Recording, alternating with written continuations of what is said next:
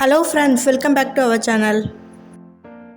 இன்றைக்கி நம்ம சேனலில் lunch box recipe cauliflower rice எப்படி பண்ணுறதுன்னு பார்க்க போகிறோம்.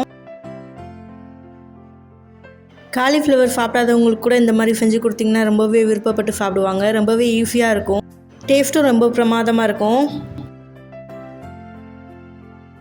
இது எப்படி பண்ணுறதுன்னு இப்போ பார்க்கலாம்.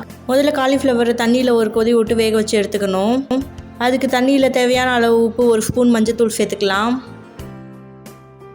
காலிஃப்ளவரை நல்லா பொடி பொடியாக கட் பண்ணி வச்சுக்கலாம். இது எல்லாத்தையும் இப்போ தண்ணியில் சேர்த்துடலாம்.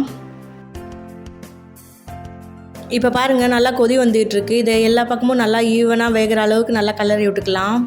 சும்மா ஒரு 2 கொதி விட்டால் போதும், ரொம்ப வேகணும்னு அவசியம் இல்லை. இதை இறக்கிடலாம். காலிஃப்ளவரை உடனே வடிகட்டி வச்சிடணும். வடிகட்டி ஓரமாக வச்சிடலாம். இப்போ ஒரு தவாவை ஹீட் பண்ணி அதில் 2 ஸ்பூன் எண்ணெய் சேர்த்துக்கலாம். அது கூடவே 1 ஸ்பூன் கடுகு, 1 ஸ்பூன் கடலைப்பருப்பு, 1 ஸ்பூன் உளுந்து சேர்த்துக்கலாம்.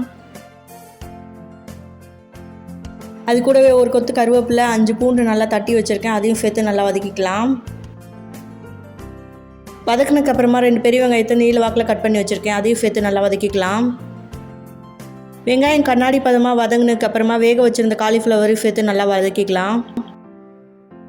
இதில் மசாலாலாம் சேர்த்துடலாம். 1 ஸ்பூன் மிளகாத்தூள், 1/2 ஸ்பூன் ஜீரகத்தூள், 1/2 ஸ்பூன் மிளகுத்தூள், 1 ஸ்பூன் மல்லித்தூள், 1 ஸ்பூன் கரம் மசாலா, இது எல்லாத்தையும் சேர்த்து நல்லா வதக்கிக்கலாம்.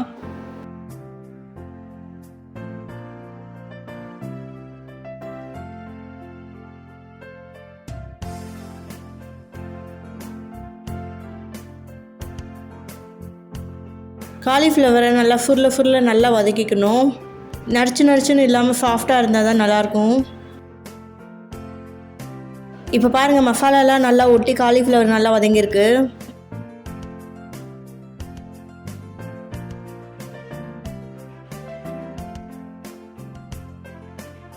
இதில் இப்போ 2 முட்டையை உடச்சி சேர்த்துக்கலாம்.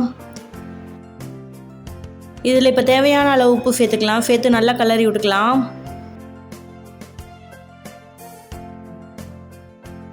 முட்டையும் சேர்த்ததுக்கப்புறம் காலிஃப்ளவர், முட்டை எல்லாத்தையும் சேர்த்து நல்லா ஈவனாக கலரி விட்டுக்கலாம்.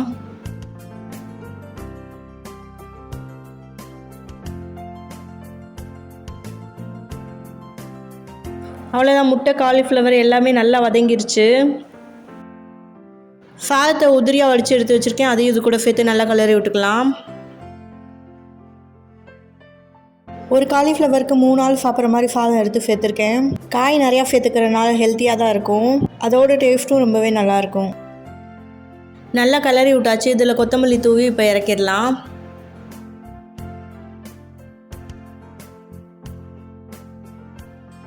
இதுக்கு எந்த சைட் டிஷ்ஷுமே தேவையே இல்லை. காலிஃப்ளவர் சாதமே டேஸ்ட்டு சூப்பராக இருக்கும்.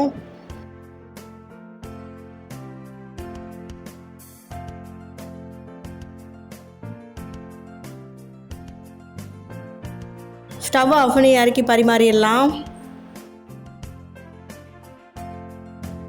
அவ்வளோதான், ஈஸியான சூப்பரான டேஸ்டியான காலிஃப்ளவர் ரைஸ் ரெடி ஆயிடுச்சு. சாதம் மட்டும் வடிச்சிருந்தா இதை நீங்கள் 10 நிமிஷத்தில் கூட டக்குன்னு ரெடி பண்ணிடலாம். லஞ்ச் பாக்ஸ் கொடுத்து விடும் போது மட்டும் வெரைட்டி சாதத்துக்கு கொஞ்சம் நெய் சேர்த்து கலந்து கொடுத்து விட்டிங்கன்னா சாஃப்டாக சாப்பிட நல்லாயிருக்கும். நீங்களும் இதே போலவே ட்ரை பண்ணி பாருங்கள். தேங்க்ஸ் ஃபார் வாட்சிங்.